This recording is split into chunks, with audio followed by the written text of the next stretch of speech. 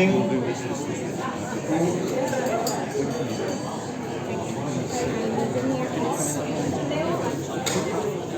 Okay, can you zoom in? This. Yeah, I can do it. Excuse me.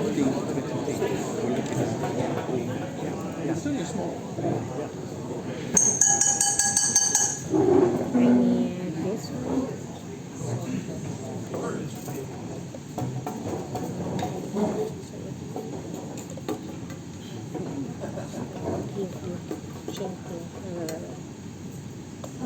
Good morning. I hope you all enjoyed our snacks and little social gathering out there, and welcome to this, of mine, very favorite meeting room. I think this place is just spectacular, and it's no wonder it's probably the most popular venue in the hotel, particularly if you're getting married, which we usually lose out to a wedding, but today we lucked out and we get to use this nice room. So enjoy it while you can. You're probably not going to be able to get it very often. I wanted to take a minute. We evidently, I'm told, have a couple new members. New members, can you raise your hand? Oh, wow. More than two.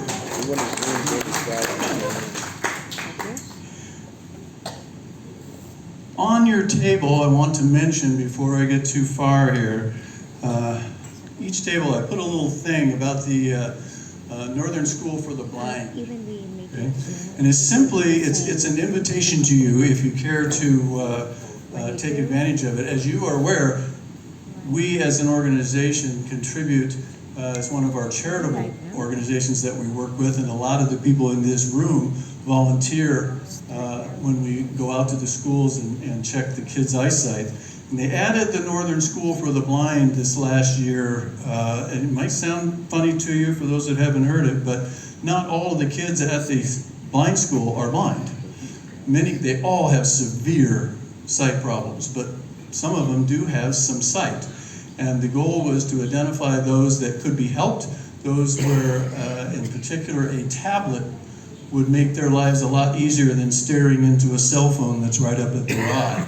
So it was a huge fundraiser that we did thanks to the generosity of 137 Pillars.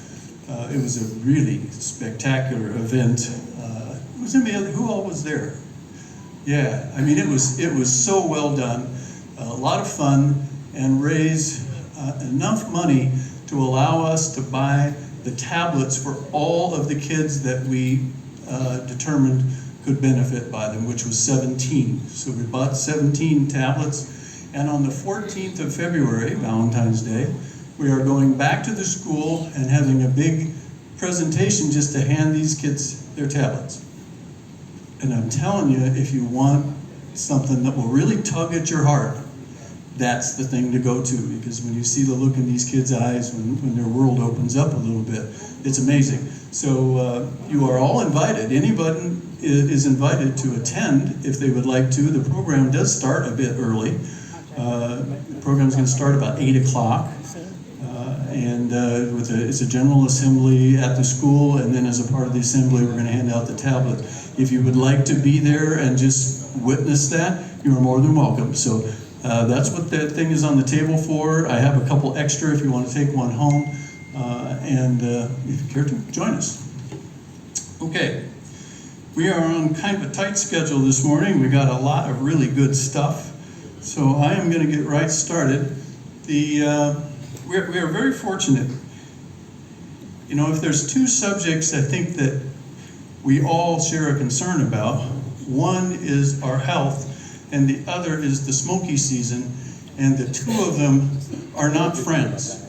Okay? So we are so fortunate this morning to have somebody come talk to us who is going to work through the cancer risks, the things that the smoky season brings that we all need to be aware of.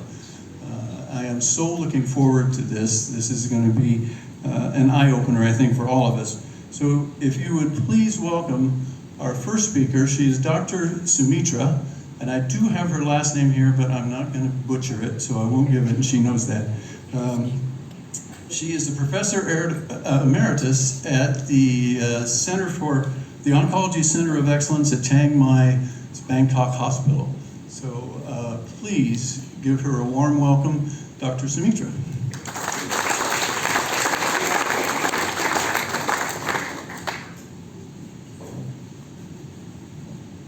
Good morning, everybody. It is very great pleasure to be here with all of you, and it is more than happy to see the kindness of all of you to giving to the bright children. Thank you so much. Very happy to hear about that, and hope that all of you will do lots of good things like this. This morning, my task is to tell you what the correlation between smoke in the city and your health. Let's take a look at my slide. I will go slowly, and if you do have any question, please feel free to ask. This is my CV. Okay, so the topic today is be cautious about cancer risk during the smoke season. As a matter of fact, we have to be called smoke season. So what we are going to do, we heard a lot about particulate matter, or we call it in short the PM, and they have PM10, PM2.5, and we have air quality index that everybody here in the room can check from your cell phone. Let's take a look how big or how small this particle is. This is your hair. The size of the hair is about 50 to 70 micrometer, which is we think that is small.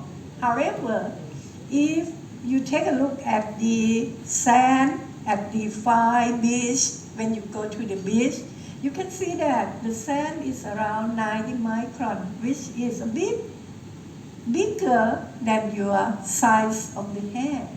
Let's take a look at the PM10. This is in the air, and the size is less than 10 micron in diameter. So you can expect that it's very small comparing to your hand here. Very, very small here. PM 2.5 is less than 2.5 micron. So the number here is the number of the size of the dust or pollen or mold that have it in the air that we are breathing in.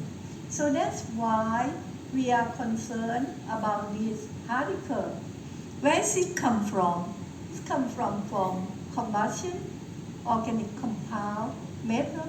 So you can get PM 2.5 or PM10 from several sources nearby, especially if you burn something in the open air. So let's see the health effect to your respiratory system. Definitely, you could get airway inflammation, get the chronic obstructive pulmonary disease, or what we have been knowing for a long time, asthmatic attack. Somebody had already got asthmatic attack from other cause. However, when you grown up, whoever that doesn't have asthma before when they were young start to have asthmatic attack if they exposed to this small particle. What they did, this small particle, we call it pollutant, so they came to the airway, trigger the allergic immune response in your lung, pulmonary system.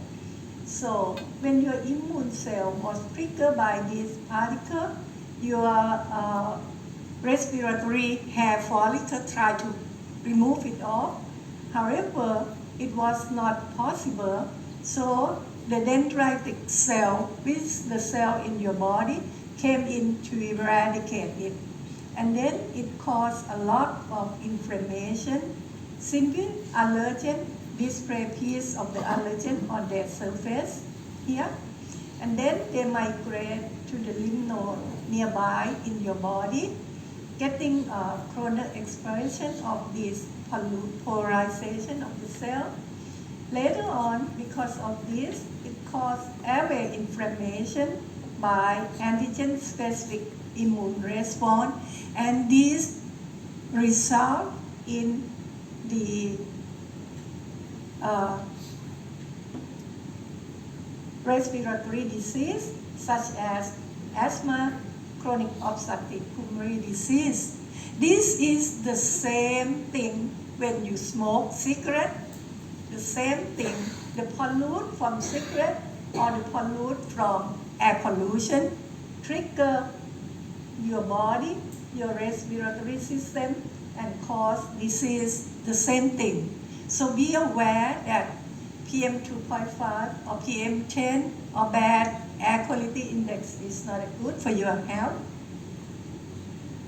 The health effect beside respiratory system, the second system that is also most important, it is the cardiovascular system.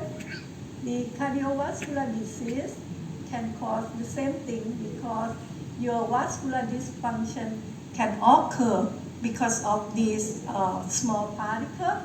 They can have the cardiac autonomic dysfunction, fibrosis of your vessel, and inflammation.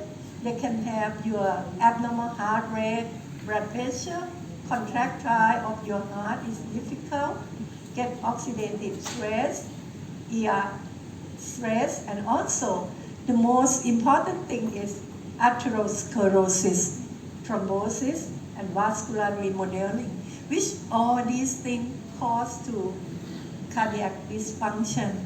So this is one of the things that we are alert, and we try to cope, to go to the root of the problem of PM 2.5 and PM 10.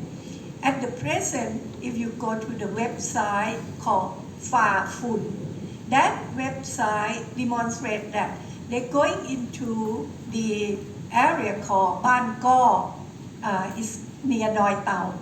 They try to cope with people who are every year fire burn in the forest. They try to cut down the burning. They try to help people to have a new way of getting mushroom that usually they thought that if they burn the forest, they get mushroom and can sell it. And also for the planting, they try to make a new planting and new eradication. So everything needs to be done together, including our voice to make people aware of this thing. So come to the worst disease. This is the disease related to respiratory system, that is lung cancer. It's air pollution associated lung cancer. Everybody will say yes, right? However, if you learn more why we have combustion from the car, from several burning systems nearby, or even fire in the forest, you can have the same problem with PM 2.5 or PM 10, get low-grade chronic inflammation, oxidative damage, and then in your body, you have molecular change that is from your DNA, gene mutation, your cell that is separated, transcriptomic change in non-coding RNA, and finally, change in the regular death of your cell in your lung system. So at the end, from normal tissue, you get abnormal cell, and then you get cancer in situ or preneoplastic lesion, and then you get malignant cancer. But this is the one that takes quite a long time, like 10 years or something like that. Same thing like when you smoke cigarette, you take 10 to 15 years to reach the time that your cell in your body got cancer. However, you will argue that not everyone who smokes cigarette will get lung cancer. but the same thing. Someone have less,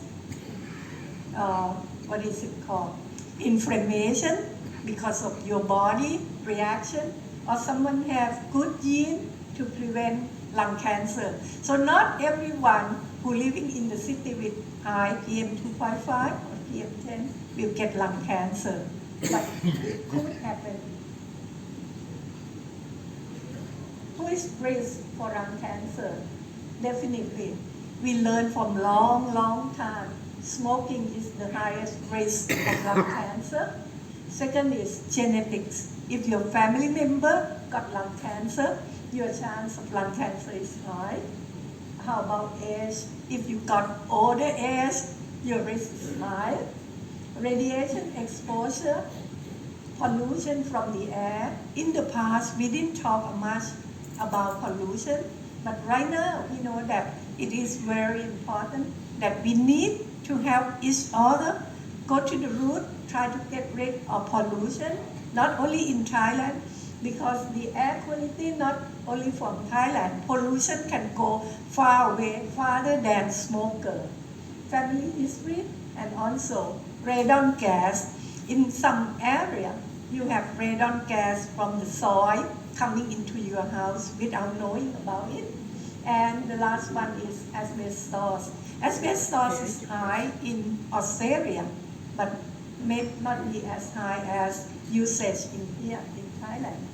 So the symptom is like you can have sometimes chest pain, discomfort, cough that continue over time, difficulty breathing, wheezing, coughing up phlegm or blood, and unexplained weight loss. Sometimes you've got trouble swelling in your face and neck. So what we are doing, if we are going to live in the area that we have high risk of lung cancer, I would suggest that we have the opportunity to early detection or early diagnosis of lung cancer. We can have lung cancer screening. In the past, we recommend only people who have heavy smoker, age, something like that. However, lately we found that even non-smoker in this area can have lung cancer. So you can have lung cancer screening, but before you get lung cancer screening, which is a CT, computerized tomography imaging, we need to discuss what we are going to see from this CT without contrast and what we are going to do or what are you predicted if you find something. So this is not easy screening, just walk in and say, hey, I would like to do lung cancer screening. That's not the way. I would suggest that you talk to the physician who offer lung cancer screening, understand it properly, what you will be expect after you get screening. We also suggest liver cancer screening, which is easy because it's done by only ultrasound of the liver. Because if you are elderly, if you are living in the area that you have high nitrosamine intake in your food, like sausage or something like that, incidence of liver cancer is increasing. For female, mammography is one of the good things that we recommend that female who are going to certain age should have mammography and ultrasound of the breast. And lastly, for all of you who are male, getting older, prostate cancer screening is important. So let's think about prevent yourself and also early detection of cancer, which is very important. At Chiang Mai Bangkok Hospital in Chiang Mai, we have what we call multidisciplinary care team. Not only the medical oncologist, we have radiation oncologists, we have surgical oncologists, and we have imaging and also diagnostic procedure. We will discuss each patient with cancer and have a proper personalized treatment plan for each individual patient. We have a lab test called molecular screening, which will be enable the treatment that is directed to your molecular genetic that we found. We have the therapeutic approach in several ways: hormonal therapy, surgery, the improvement of your bone, targeted therapy, radiation, and immunotherapy. And all these things is not done by one physician. We are grouping into a tumor board conference. So each case that was diagnosed with cancer came to our unit. We will have this multidisciplinary approach. So I would like to thanks for your attention and open for any question that may have, please.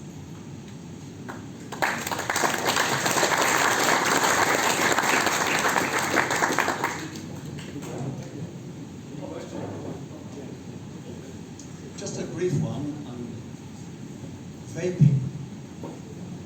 People, we all know the hazards of smoking. But I've noticed in the literature that there is increasing concern about vaping and the effects on people's lungs, which are now being seen. Have you heard anything about that recently? I cannot get one more time, please. Huh? Oh, electric cigarette. Maybe worse. Electrical cigarette may be worse because you don't know. You didn't see the smoke, but as a matter of fact, the compound in the cigarette affect your lung definitely. Oh, definitely.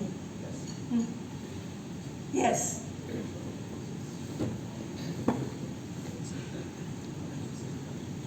I understand how I can protect myself against 2.5 particles, but I've also read that chemical pollution in the air is an issue as well, and some information about carbon filters. Can you talk about that, how protection against chemical in the atmosphere can be done in the home and outside the home? Well, I think in some air filter that we bought, there are some brand that also protect from chemical, but not from something that like emitting from the soil, like radon gas or even asbestos in your house. If your house is quite old and use the, what is it called? Old things, something they are making with asbestos, but not anymore. กระเบื้องนี่ใช้คำว่าอะไร Some floor that you put on your old house made from asbestos, some of them, but not now. Yes, please.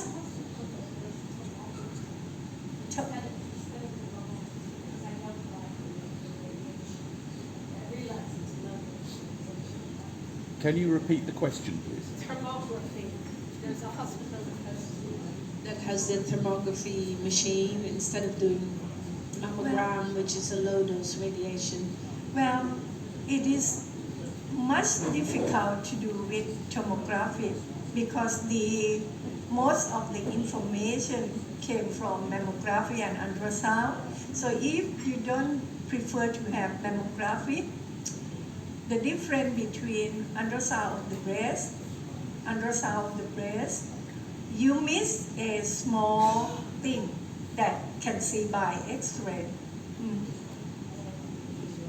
Do you have other information on the statistical increase of probability of any of this affecting people in Chiang Mai versus other geos? This is difficult. We do know that during the time that has high smoke, 4 months, we have more people coming into the hospital with lung inflammation.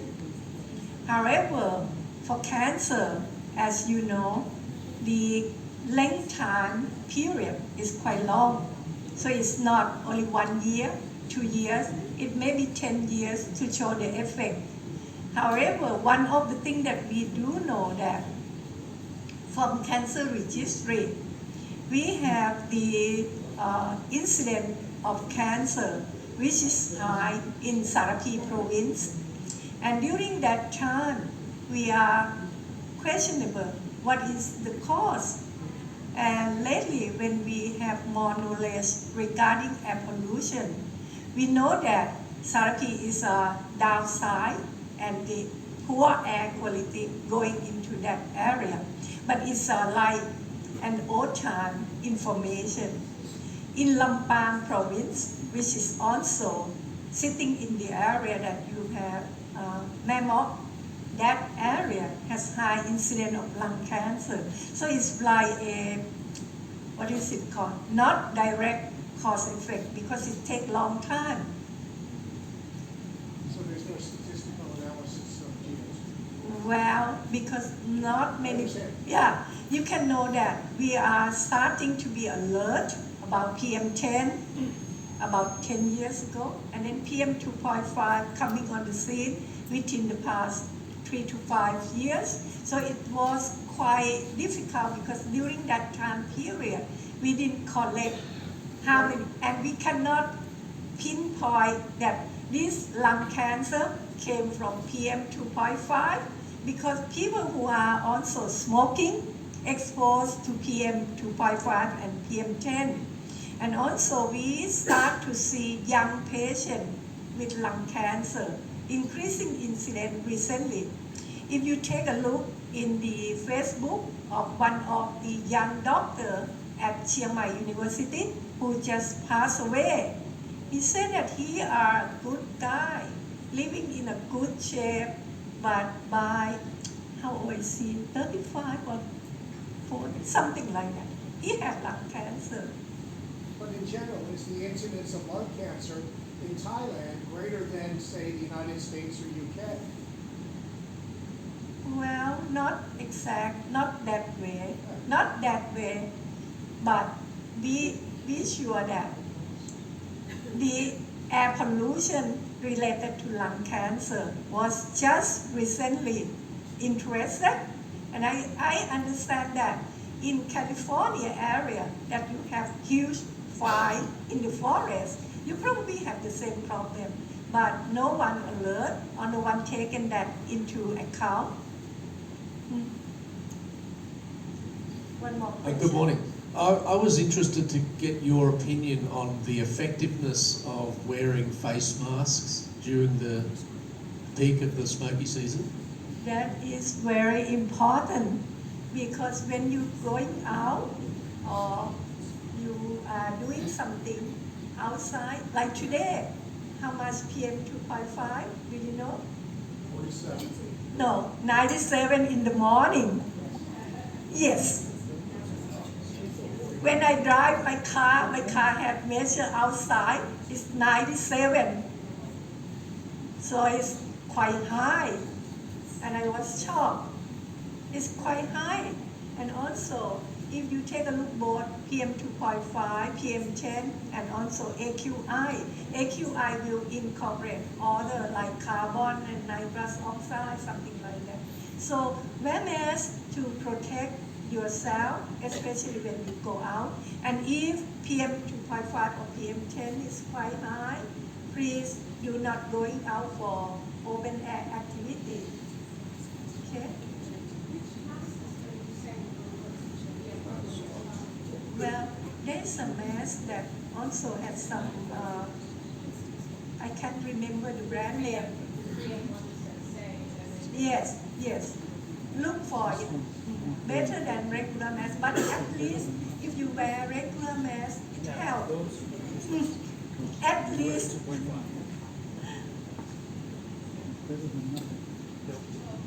Okay. 1 minute. Last question.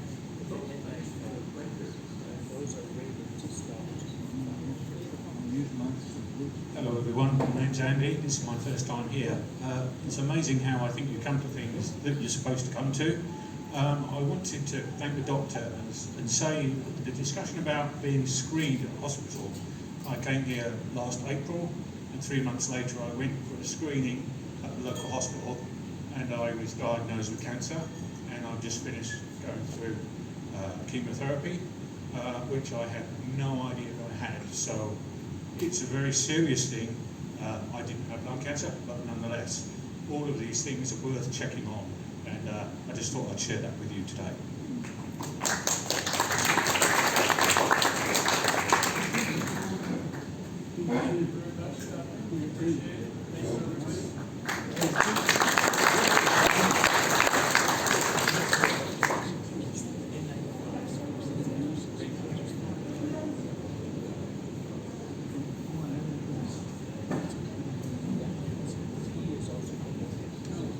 If you're all aware, or as you're all aware, I'm sure, we are beginning a very new thing for the club, which is our end-of-life seminars, which starts the 6th of next month. Rick Hahn has asked for a little bit of time, just do one final pitch to get you to think about coming to it. The sign-up has been incredible. We had to switch to a larger location just because of the sign-up, and I think that speaks to the relevance of it. So, Rick, you're up.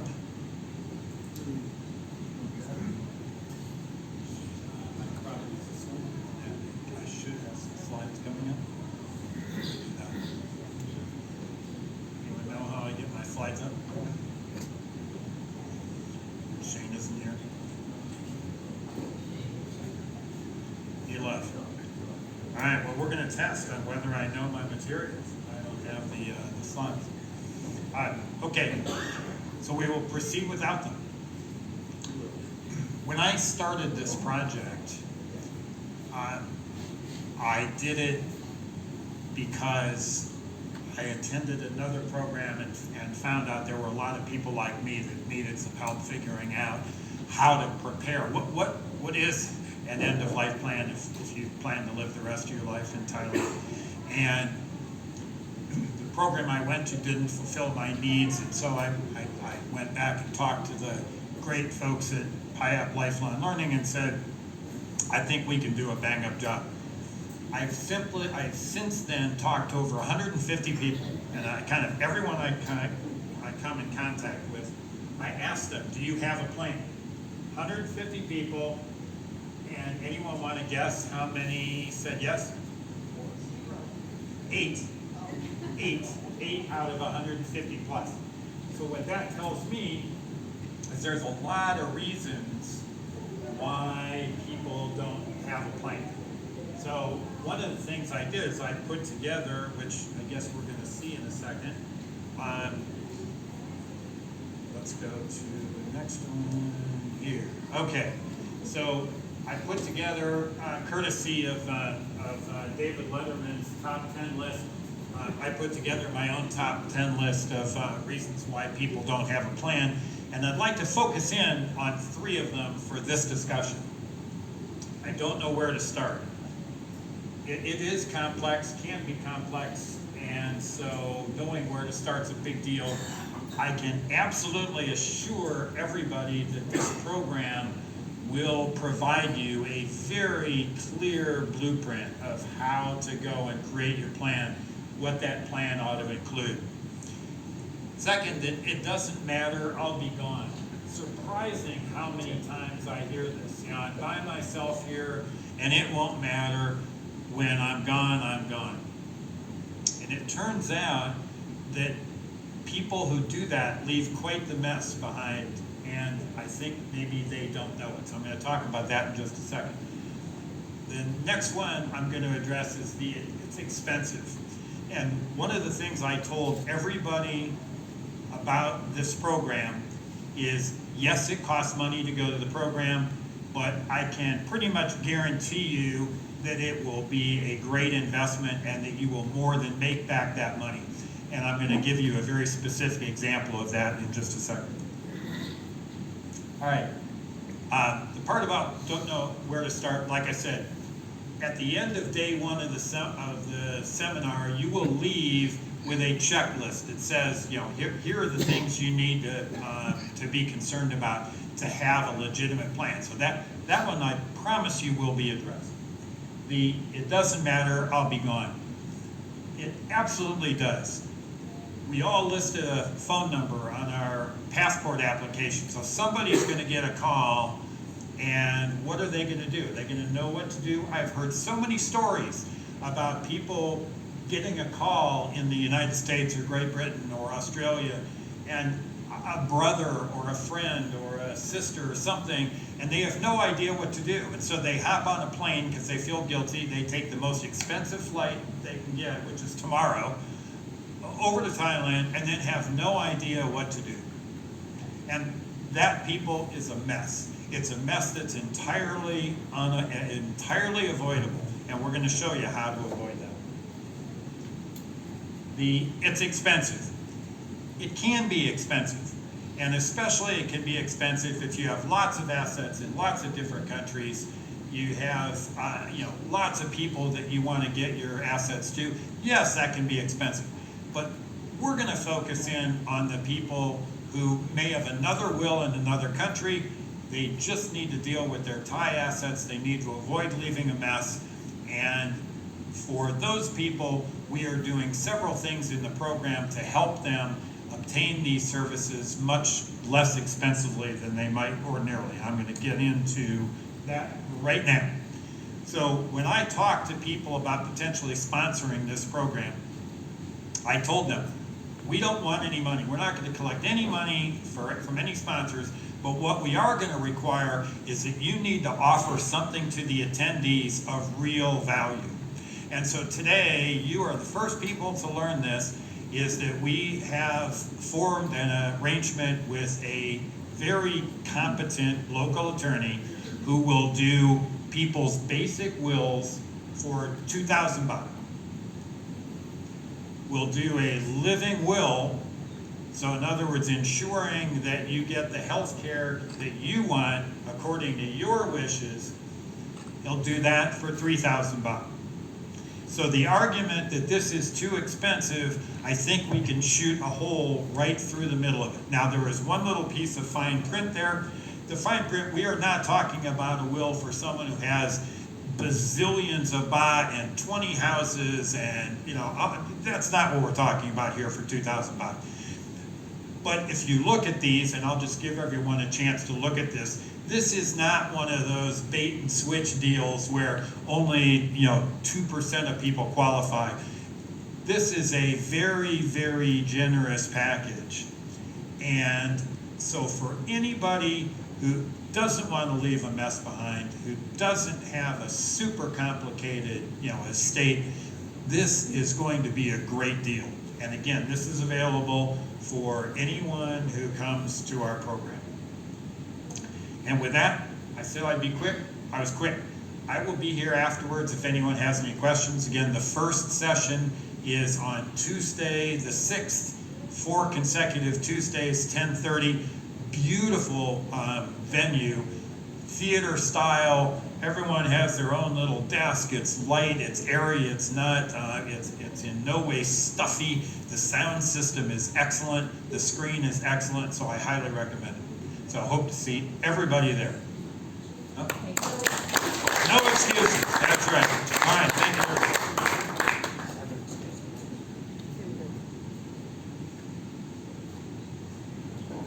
Okay. Believe it or not, we are right on schedule. The imposing income tax. You know that prior to this meeting, the best attended meeting we had all year was the meeting after that was announced that it was going to happen, and we had Thomas Carden coming in to talk about it then, and man, did it help boost attendance. And look what happened. We said we're going to have an update, and look what happened. So obviously, the original plan said that was going to go into effect the first of the year. That didn't happen.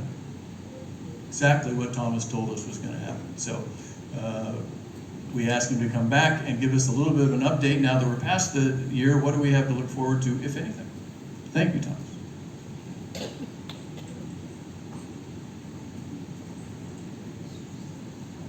I have to say, you guys have had a really uplifting program today. Cancer, end of life, and income tax. Woo-hoo! Do this. Give you guys a little bit of an update on this. There's not a whole lot. And I stated in the first meeting, worst case scenario on this, we don't find anything out throughout the year. And November, December, they drop information on what's actually going to happen or not happen to this.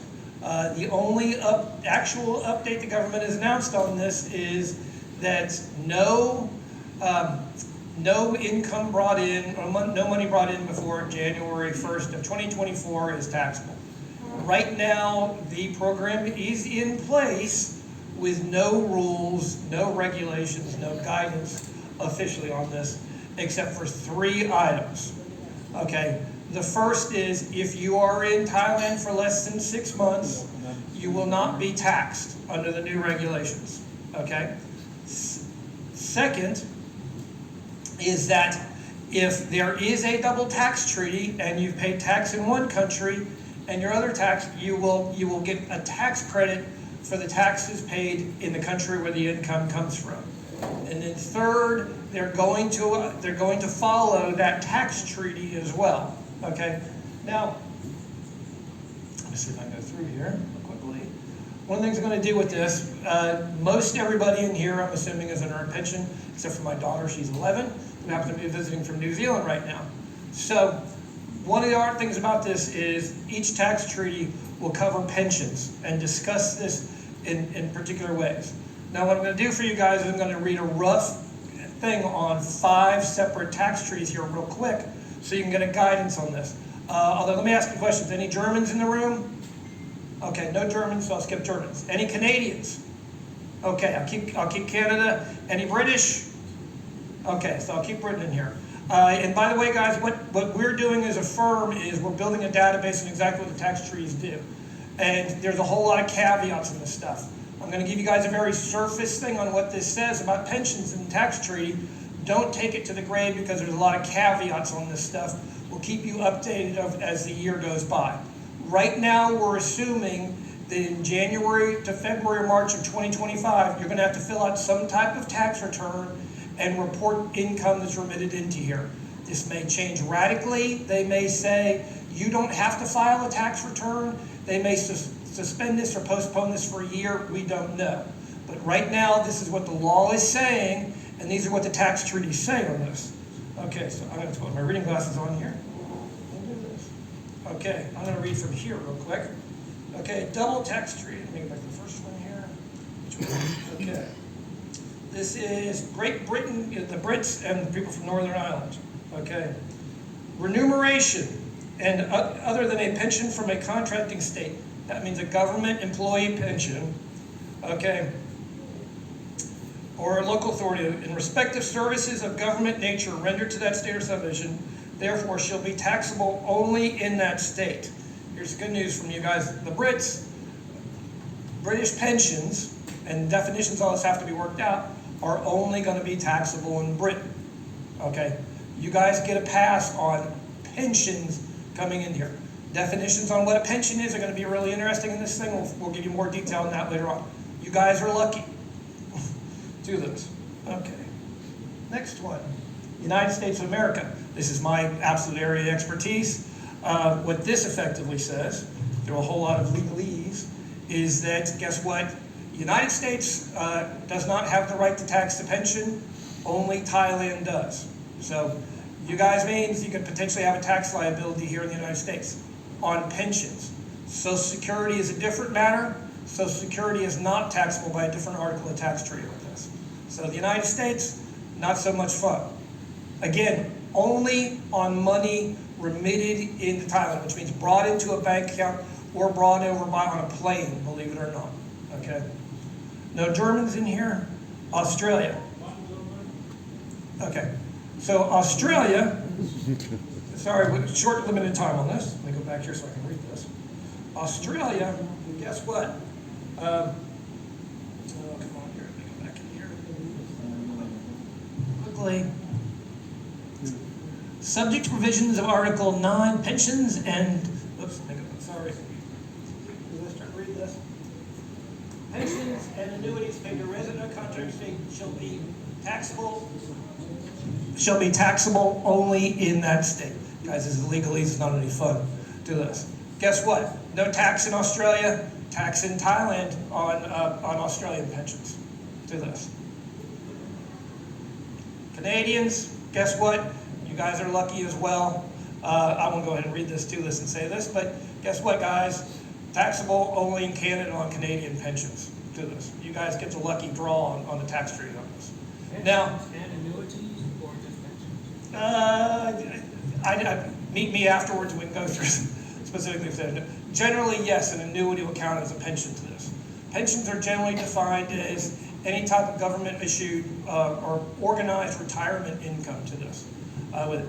Each of these tax treaties is going to have a lot of detail in how they operate on this with it.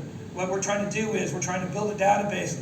We specialize in U.S. taxation. We've had so much demand on the tax treaties of other countries. We're trying to build a database on exactly how all this is going to go for you guys. Now, the Patty Mail, and this is straight rumor coming out of the Patty Mail, has reported that in 2025, tax reporting on this would be, and I quote, voluntary.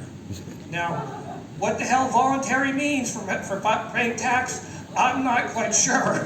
Do this. Anybody want to voluntarily go and pay extra tax? Do this? Probably not.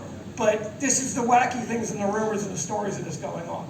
There are legal fights against this going on. There are law firms that are very heavy law firms in Bangkok that are going after the government saying this should be a change that the parliament should have passed rather than a regulatory reinterpretation. That's a possibility. This whole thing goes away from that. It's also a possibility that the government in Thailand, you guys who've been here long enough know this, stuff can be announced and it can never go through with this. They may let this wither on the vine and we never hear anything about this again. The Prime Minister has already said this needs more study in groups with this. But safe way to do this is we're trying to do this in a way where we're doing all the research for you guys to be able to handle if this comes into pass and give you guys more information as it comes up on this. Whatever you do, don't listen to the guy in the bar who's telling you one way or around this or another in this.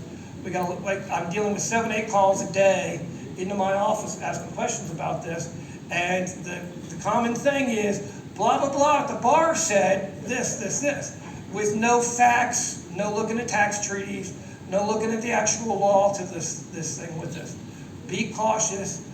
Don't bring in money. If you do need to bring in money, talk to us first. We can look at the tax treaty and see what way this can be brought in to minimize your tax with this. Because tax treaties, as you can see, are maddeningly complex. They're not any fun to read, and each one will have a whole row of caveats in this thing. And right now, I personally am working on 8 separate tax treaties just to go through on this, and the most common questions we've got from the expat groups with this. Do this. But don't panic.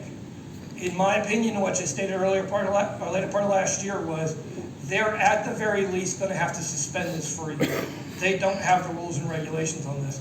But we will come back and keep you guys informed and keep you guys letters and stuff going through with this. If you want to, you can come and get my business card. You can send me an email, and you can be on our direct mailing list for as this stuff comes out to. That's the first thing we do is we send it out, a letter on this to this. So you can be on our mailing list and we can keep you guys informed. Okay, sorry to keep you guys so fast and a lot of information, but if you got any questions, please ask me afterwards. Okay? The 800,000 baht that you bring to store here at such incredibly high interest rates, is that taxable as well? I got a firm yes, no, and a maybe. Do that. You sound like my wife, but... Okay. The law states pure capital coming into the country is not taxable. Okay.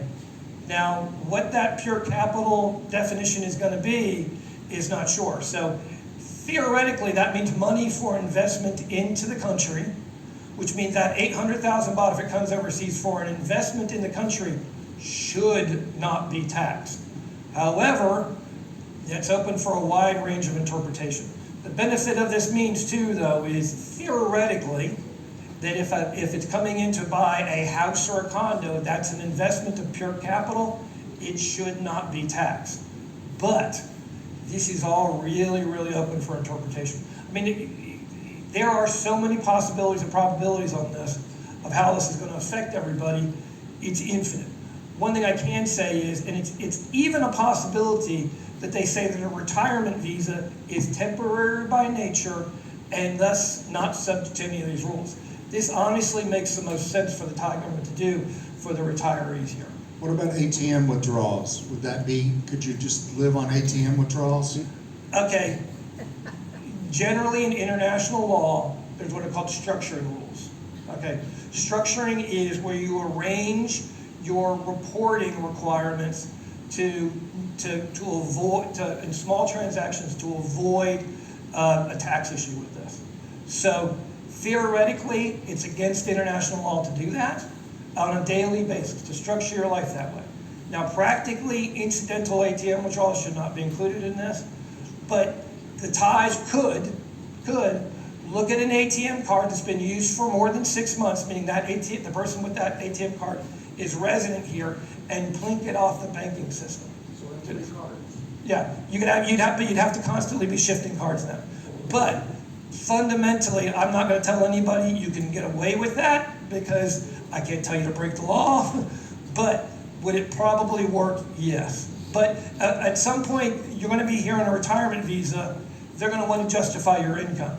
My opinion of this is, at some point when you're going in to renew your visas, guess what? They're going to start handing you a tax ID number too. And some type of tax return will have to be filed.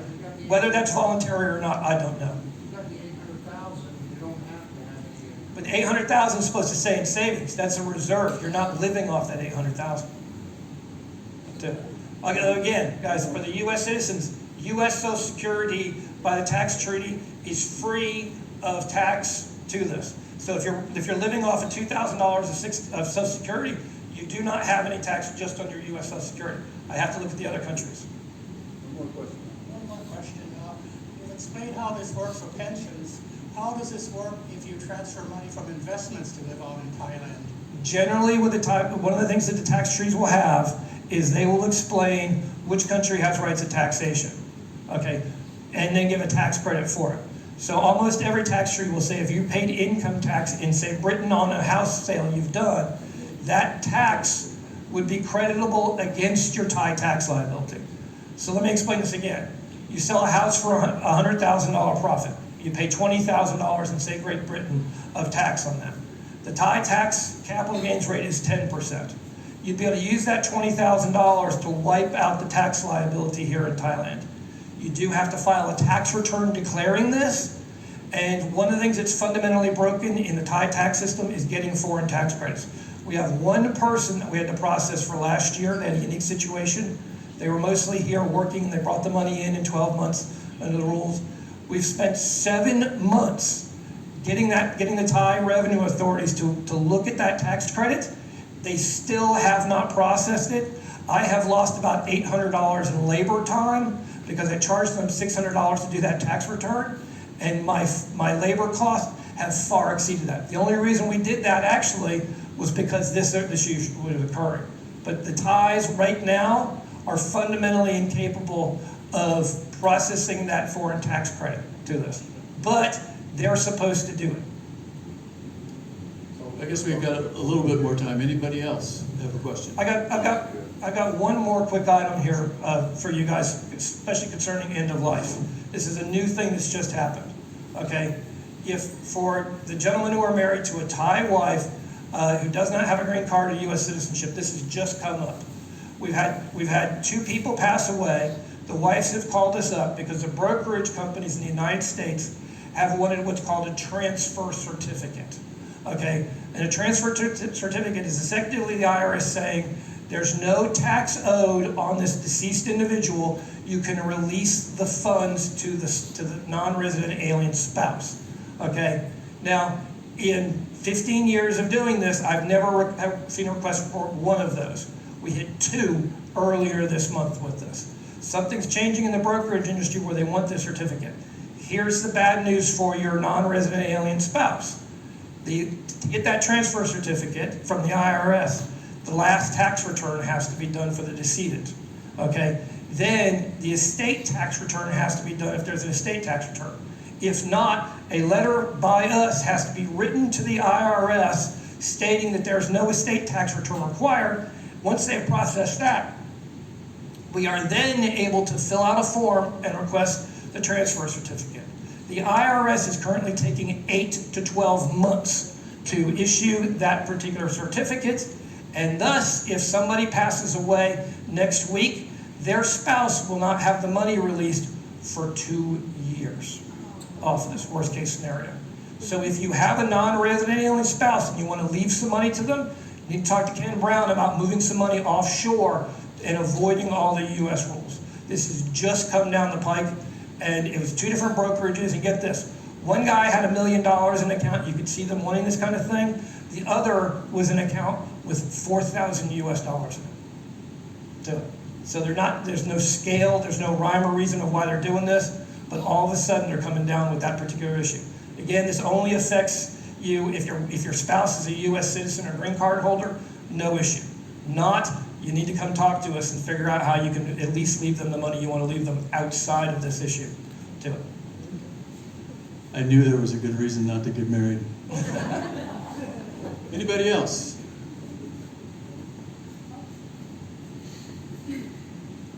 You mentioned U.S. pension and so on, but what about private pensions for UK citizens? Everything I talked to was private pensions. Okay, government pensions are oddly always a separate article to this. I didn't know how many I'd have with that, but the government pensions are generally going to be taxable only in the state that they came from. But I'd have to look at the specific tax treaty with you and go through with that, because each tax treaty has 2 different things on this: private pensions and then government pensions, which generally your employer to this. Although all sorts of things can fit into a pension mandate, but if you're paid by the British government and your pension comes from as a British employee, that'll be a different tax article to this.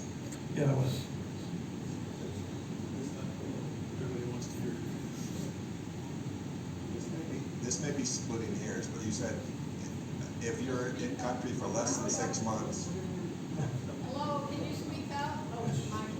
Okay, I have to hold it closer. Maybe splitting hairs, but you said if you're in country for less than 6 months, your income is not taxable. Does that mean if you make any transfers prior to within the first 6 months, they're not taxable? No, it's based upon the calendar year. If you're in country less than 183 days, you are not, none of this issue in Thai tax remittance basis kicks into it. So if you do need to bring a large amount of money in, you can spend 182 days here free of these rules and travel the rest of the world to this with no tax issues. This is only when you hit 183 days in that 12 calendar year period that this issue comes into effect. But what if you're going to be here for a year, but within the first 6 months you make all your transfers? No, that doesn't matter. It's based upon the entire 12 months, 6 months. Thank you. Not the first 6 months. Yeah. You talk about private pensions because the taxation of private pensions. Well, I was asking about private pensions. Private pensions mean a non-government employer, okay? And in the U.S., oddly, it means states as well, because states are a separate political distinction from the U.S. government. But if you were in the U.S. case, if you're a federal government employee, if you're a military employee, and the post office is a little bit of quasi on this because of things of this, but if you're paid by the OPD, you would be a government pension and subject to a different set of rules. Government pensions in the United States are only taxable in the United States too. So if you are a federal government employee and you're bringing that pension in, it would not apply. But I'd have to go through each of the tax trees, and I think you guys eyes would roll up in the back of your head if I read any more tax trees to you.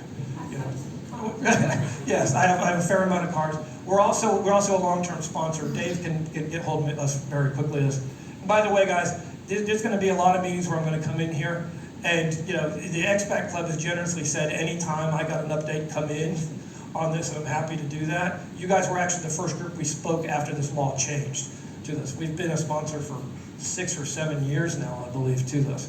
I've been very loyal to you guys as a group, but there's still a whole lot open on this, but we're going to try to keep you guys up to date on everything that happens in this. Just a question about documentation. If you're filing a tax form here, what kind of proof or documentation might you have to provide?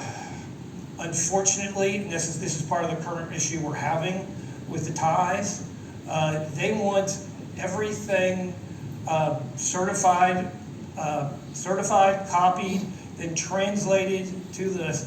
The document cost for the Thai attorneys to process $3,000 tax credit this couple has been $450 US in outside attorney and translator fees to be able to do this with it. One of the things I have been approached about doing is talking to the Thai Revenue Authority and talking to them about foreign tax credits, because they really have this has never been an issue for these guys because everybody just never filed this stuff before. They don't know how to do it. So I've been approached to actually talk to the Revenue Authority and talk to them about how to certify all this kind of stuff. Because right now, it's, I should use a lot of Florida expletives and then say nightmare to this. Again, 7 months we've been working with that one couple over this issue. I have actually, again, lost money on that job because it's just been such a pain in the ass. And to try to do this, we currently have over 1,000 expat clients here. We have people already coming up to us who are Brits and Aussies and Germans saying, when do we get an appointment in 2025? I can't tell you what that tax return is going to look like because they're going to have to reformat it and change the entire thing. So if it stays the way it is, getting a tax credit using tax treaty benefits is not going to be fun. But they know they have to reform that system. Are withdrawals from an American 401k plan considered pension? Yes, absolutely. IRAs, 401ks, SEPs, SIMPLEs, Roths, KIOs are all follow on the definition of a pension in the United States tax treaty. Okay, anybody else? Thomas will be around for a few minutes after the meeting, so if you have something, please find him. Next time, do me a favor and pick a little more uplifting program to follow. That's fine.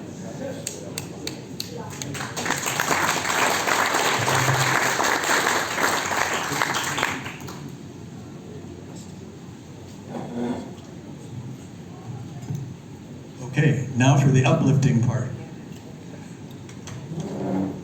which I need to get.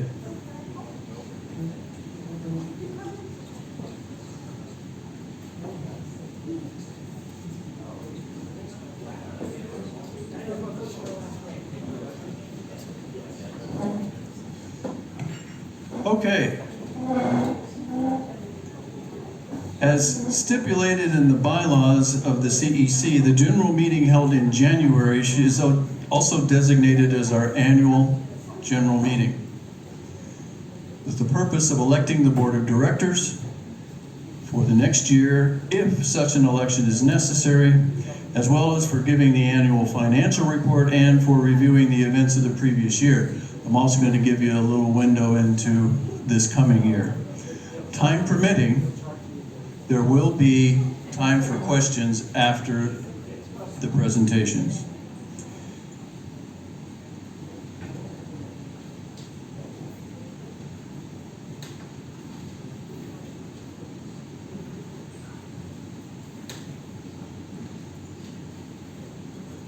Okay.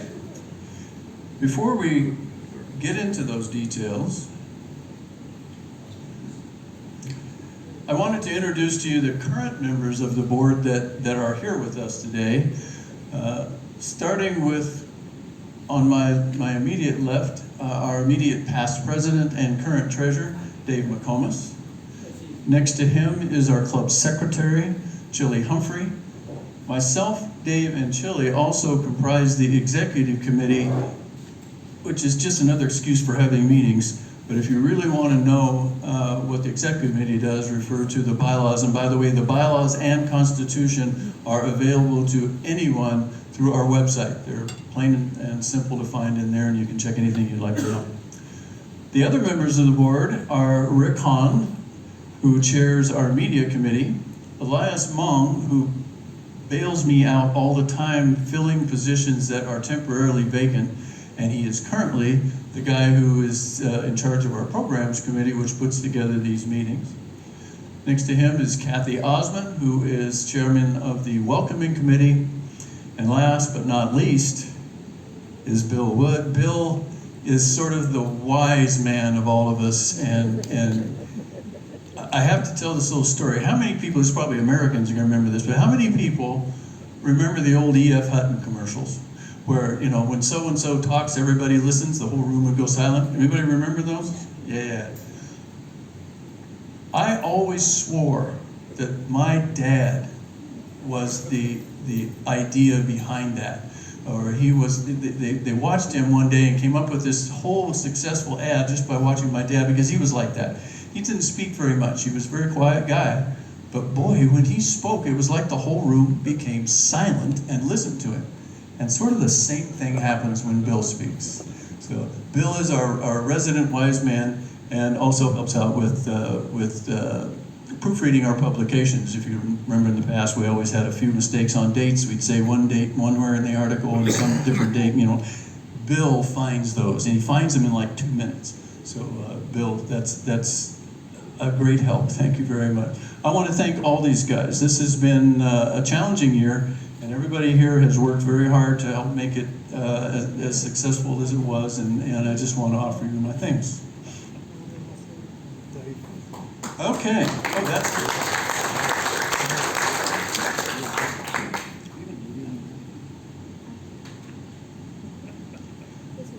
Okay, here's for the uplifting part of the meeting. How many of you have ever experienced a 4DX movie? Anybody? Well, that's the one where your seat can eject you. They can spray water on you. They can make it smell however they want it to smell. I mean, it has all kinds of things they can do with that. I recently saw Aquaman, the new Aquaman at Central Festival as a 4DX theater. And holy cow, that is an adventure. I'm telling you, don't pay money to fly all the way over to Disneyland. Just go to a 4DX theater and you'll have the time of your life. The next part of this meeting is going to be even better than that. Dave has a financial report for us.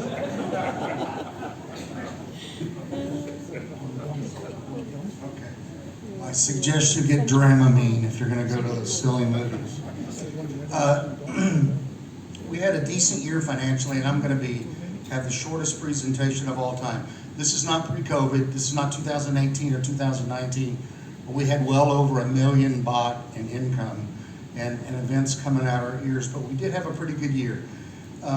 We were 25% up in revenue from last year, which was our first year out of COVID. The bulk of that came from business sponsorships up 39%, and community sponsorships up 17%.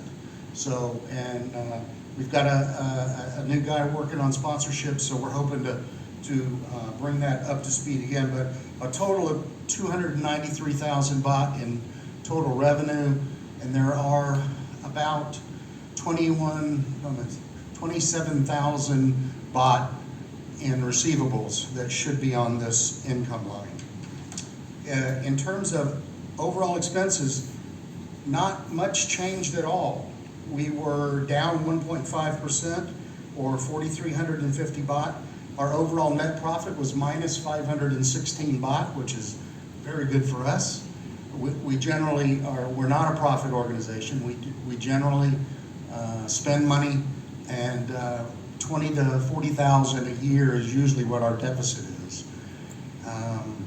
But that's really it. We're healing. We're starting to get new memberships from, I forgot what it was a few years ago, but 67 new members came in last year, and this year the rate is much higher than that. In 2019, we had 220 something or 230 something new members. It made up a significant part of our revenues. So, this will be posted on the website for you to see 2022 versus 2023. And then in March, our auditors look at it and we find out if we have to pay taxes. And then the finalized one will be posted when the auditors are finished with it. Any questions? Do you have any reserves? Yes, 275,000. We're required by the bylaws to keep 250.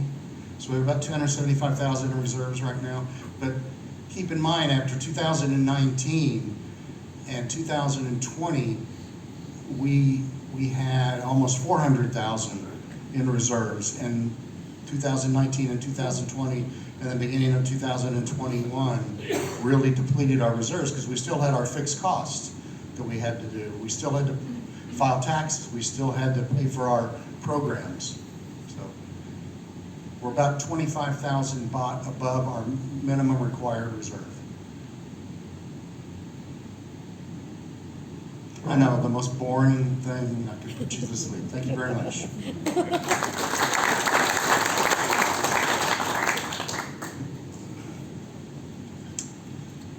As I mentioned before, one of the purposes of this meeting is to elect the new board if necessary. And for that purpose, I am required to stipulate and elect, or that I appoint a electoral officer. That officer must be a voting member of the club and not be a candidate for the current board. So I appointed Ella McComas to fill that role. The board of directors consists of 11 positions open to anyone who has been a member for at least 6 months prior to this meeting. Per our bylaws, nominations for a position on the board must be received by the last Saturday in November. If there are not 12 or more candidates to the board, the electoral officer will stipulate that, which means that no election is necessary and the current board is automatically re-elected. Since that is the case this year, I won't bother explaining how the election would work, and I'll just announce that all of our paroles have been denied and our sentences have been extended for a year. Okay, let's review 2023. In order to put that in perspective, we need to look back a bit further. As Dave alluded, things have changed a great deal. Prior to COVID, the club was truly at its apex. Membership was at its peak. Attendance at events had never been better. The number of sponsors was at an all-time high, and there were more events planned for 2020 than ever before. Then COVID hit, and understandably, it all crashed. Due almost entirely to the efforts of Dave, the club managed to stay intact, but as he explained, it gradually dwindled what we had, and when we finally, towards the end of 2021, things look much better in terms of getting the club going. So Dave got together with the other members of his board at the time, and they held a recruiting meeting. And they recruited 5 new members at that point. I was one of those. Barry Law, who is not here with us today, was another one, and Bill Wood was in that group. The other 2 have since moved on to other things as well. Believing that COVID would end or bring a seasonal members and visitors rushing back at the end of COVID, we planned pretty aggressively for 2022, only to find that there were virtually no seasonal visitors and no returning visitors. Our total new members in that year plummeted to 11 from a pre-COVID high of over 200. That is not, fortunately, a huge part of our income picture, but it is still a significant drop in new blood coming into the organization. It rose gradually to, as Dave said, 67 last year, and we expect it to grow even more this year, which again, we are on a bit of an upward trend. In 2023, we again had taken an optimistic view, believing that now that all the visa restrictions had been eliminated, that the expat desire to get back into Thailand was building, and the government starting up all of their tourism efforts was going to have an impact, and we would see again an increase in seasonal members returning and visitors coming to town, and once again, we overcalculated. While we did see an uptick last year, it fell far short of expectation. And I admit, it was frustrating. It was frustrating for all of us and everybody sitting here. While we did see that uptick, we realized that we were dealing with a fairly static group. Basically the same members all the time, no new faces. And things began to have a certain monotony about them. We found that coming up with new events and new venues was still as much of a challenge as it had been immediately after COVID. But last year there were positives. We managed finally, after struggling with the frequency and location of our on-again, off-again Friday breakfast club, to reach an agreement with the Dukes to give it some stability. There were some challenges, there still are challenges, but we kept working at it, we keep working at it, and now it sells out every month. About that same time, after months of negotiations, we reached an agreement to move our general meetings, board meetings, and most of our events, special events, to this gorgeous hotel, the Malia Chiang Mai.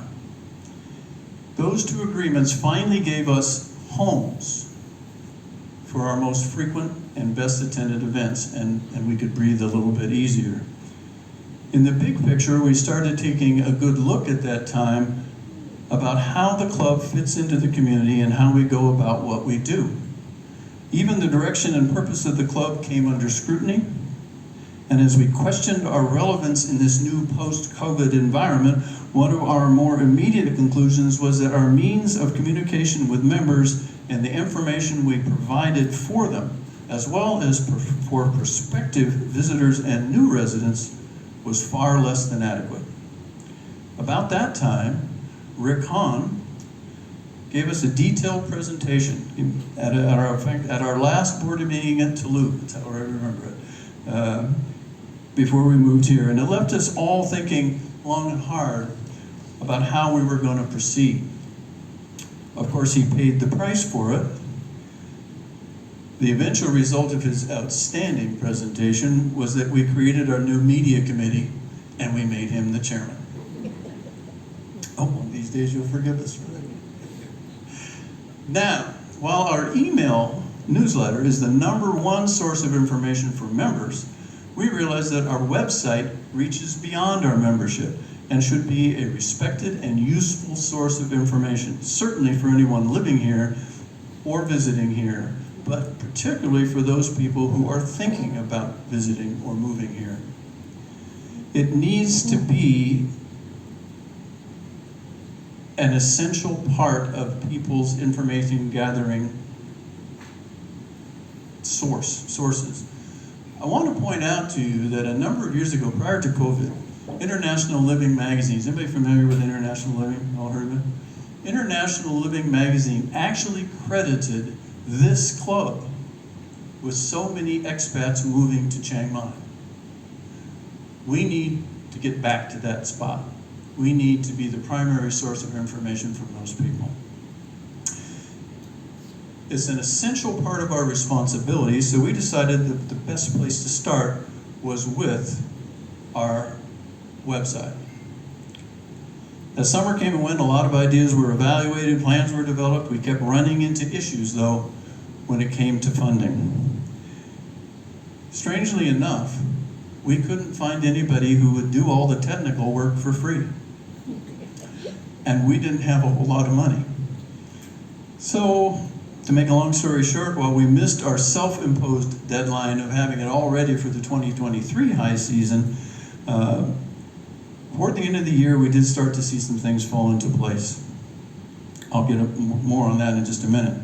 Meanwhile, we successfully repeated our picnic and barbecue, but with very few changes from the year before. The last part of the year, we had to say goodbye to one of our most popular ever events, which was the Christmas lunch at Lake Crystal, because Lake Crystal decided they were no longer going to do a seafood buffet, and we simply could not find a suitable replacement for anyways close to the price that we were getting at Lake Crystal. In order then to have a Christmas event, we brought back the Christmas party, which we had not had the prior year, and to mostly positive reviews, but there was room for improvement on that one. And during the year, we mixed in a couple of socials, another one of which we have coming up here now, I should point out. And we finished the year, the event year, a couple of weeks ago with reviving an old pre-COVID event called which we renamed the Market Treasure Hunt. It's a very unique event rather than just getting together for a meal and socializing. So altogether, I definitely consider last year to be a success. We made significant strides in our planning and execution. We entered into some important relationships and solidified them. And we laid the groundwork for major changes to our outreach, not just to members, but to the public at large as well. All with the intent to increase our relevance to everyone who comes in contact with us through whatever means. I think we have a lot in that respect to look forward to. Which brings us to this coming year. Let's face it, thanks to a pandemic that engulfed the entire planet, our world has forever changed. We're still here, and so is COVID, but our lives have been permanently altered. We need to accept that and adapt to this new reality. We can no longer just keep doing what we did before, because before is not good enough. And before will never be the same again. We need to look forward, not backward. We need to make it fresh, give it a new level of excitement and value, and above all, we need to make it relevant. We need to look around new corners, open new doors, and try new things. The first step to putting all this together is next month's end-of-life seminars, the entirety of which I must give credit from inception to reality is the work of Rick Hahn. Not only are the seminars a huge step in cementing the value of our club to our members and the community, they are also the vehicle which should enable us to fund the big project on Rick's list, which is already underway, and that's the total redesign of our online presence. At the same time, we will be taking a new approach to event planning by focusing on more new, unique events like the treasure hunt instead of simply repeating the same oldies all the time. That's not to say we will abandon all previous events. We won't. The idea is to modify and expand our existing annual plan to appeal to a greater number of members. I'm also convinced, as soon as I turn the page, that we need to take a more cautious approach to our expectations this year and not repeat the mistake of making ourselves vulnerable to the uncertainty of seasonal vendors, visitors, and tourists that used to swell our numbers. The key is new, smaller events which are easier to plan and execute and which encompass a wider variety of interests. That all sounds great, but let's not forget it costs money. Besides covering the cost of each event, I'm not sure you all realize it, but the club also subsidizes all events, significantly reducing the cost to members and make our events even more affordable for everyone. The funds that make it all possible come primarily from our sponsors, and as I have said before, without them, this club would not exist.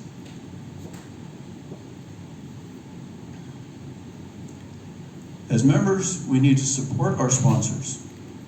We need to do business with them whenever we can, and we need to recommend them to our friends. All of them offer an incentive to us, which means we can save money. We need to put them front and center visually, which we have not done a good job of in the past, and we will make them easily accessible to everyone. A large part of accomplishing that is incorporating it into the overall online presence, the overhaul of our online presence. Additionally, we will be reaching out to new companies in new areas to give you a much wider list of possibilities for services and products than we've ever had before. Again, with the added benefit of saving you money. Finding those sponsors is Barry's job. Barry's unfortunately not with us today. He's already working on it, and I don't want to let the cat out of the bag, but there are a couple really, really interesting ones that are well along in terms of his pursuing them. So I think we're going to see some wonderful things in that regard. Finally, an often overlooked component of this club is the work we do with a number of charities benefiting the underserved people of Chiang Mai and the surrounding area, particularly children. Admittedly, we did not devote as much as we would have liked to last year, but we will take the necessary steps to resume our efforts this year in a big way. This is a hugely important part of what this club does, and it's how we give back to the people that have welcomed us, and we should all take great pride in what we do, but we also need to be aware of it and make others aware of it. It's part of our identity, and it shows we care about where we live and the people around us. We need to be extremely careful how we do it, but it's essential that we bring our charitable efforts to the attention of others, and I have asked Rick to include that as a part of the redesign of our social media in a respectful and impactful way. So when all this comes together, we will have something that we can be grateful for, that we can share confidently with others, and most importantly, be very proud to be associated with. So that's it. Let me close by thanking you again for being here today. I believe I speak for the entire board when I say the future of this club is bright. And with your support, we will continue to enjoy it and be proud of it, not just now, but for years to come. Thank you.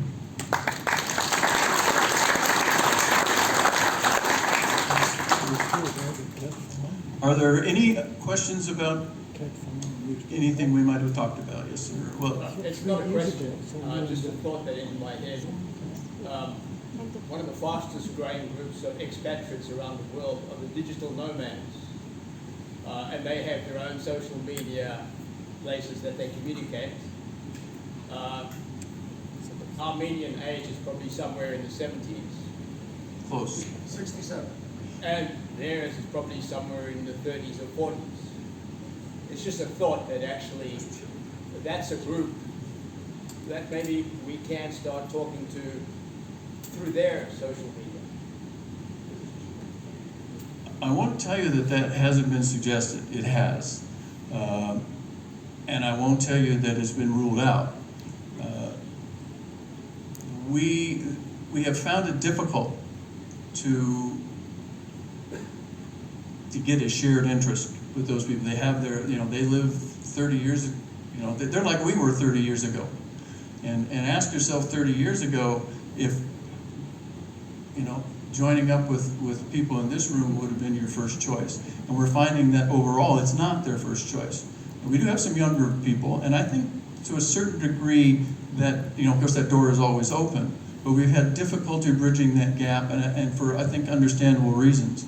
And especially while we're still working to really bring ourselves out of the COVID experience, we've chosen to focus on our immediate group first, and then we can start to look at maybe expanding and going out to other people. I think we have to basically get our ducks in a row. Yes, sir. Great point. And if I may say it a slightly different way. So there is part of our mission, which is the expats, helping expats, and specifically one of my focal points for this media project is to make sure that people, no matter how old they are, who are contemplating coming to Chiang Mai, find us to be a resource for what's everything like here, how do you get a driver's license, bank account, all that stuff. So that's irrespective of how old they are. So that's one aspect. We are going to address digital nomads in any other age group from that standpoint, being a resource hub. The other part that more specifically Ken is talking about is the social side of things.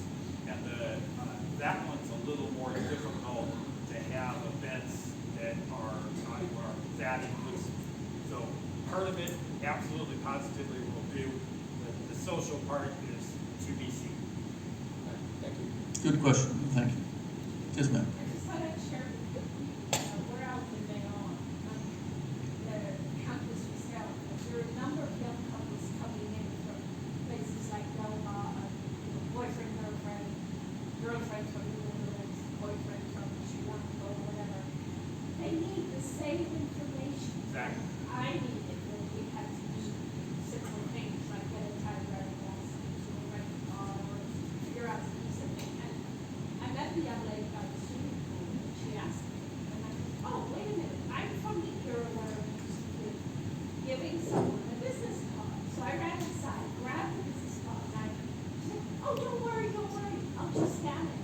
she's getting. So it's just used to more, iPhones for everything, you know. I don't think the wall is impenetrable. They still need that. They need someone to tell them where to go. And they'll respect you if you say, yeah, we've been using that for a couple of years now. It's been late. But they'll use their phones to scan it. I should So borrow. don't waste your time doing that. We should barter with them and get their technical skills from the Yeah. You get a 2-year-old that a little more than I was. Okay, anybody else? Question? All right. Thank you again for being here today. Have a safe trip home.